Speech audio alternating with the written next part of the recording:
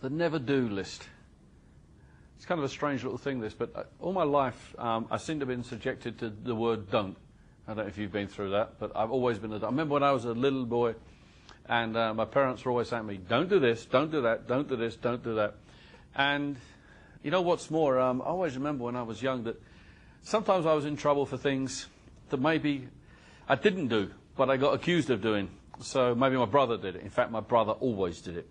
I'd like to reference that, just especially if he ever watches this. He always did it.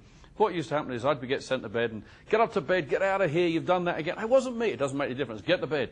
And I didn't do it, and it's always, I know best. You know, I'm the parent. I don't have to right or wrong. I know, go to bed.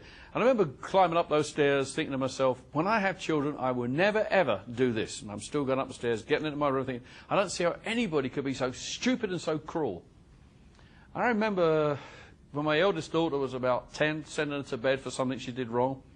I remember getting 3/4 of the way up the stairs and thinking to myself, actually, I don't think she did do it. But I didn't call her down. I thought she could go up anyway. It would do her good to go up to her room once every now and then. But we're always told don't do this, don't do that. Yet suddenly we're always told what to do. Have you noticed that? You go on courses and education, do this, do this, do this, do this, do this.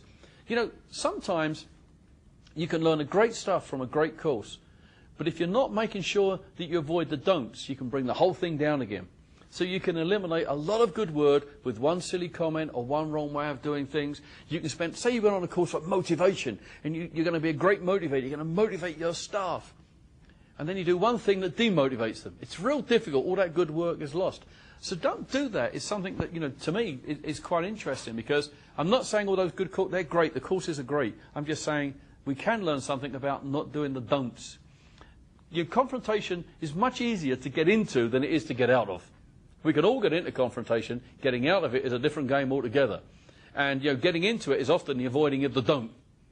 And to me, you know, we're already stressed at what we're doing. And, you know, whatever we do, our best is not good enough for some people. So what we don't want to do is to get into these negatives. Now what we're going to do here is be looking at, I'm going to give you some background that's very interesting. What I like to do at conferences and workshops and so on sometimes is have a don't do that session. But what we do is we just all yell out all the things that you shouldn't do on a given subject. And we did that recently with a friend of mine called David Ratcliffe.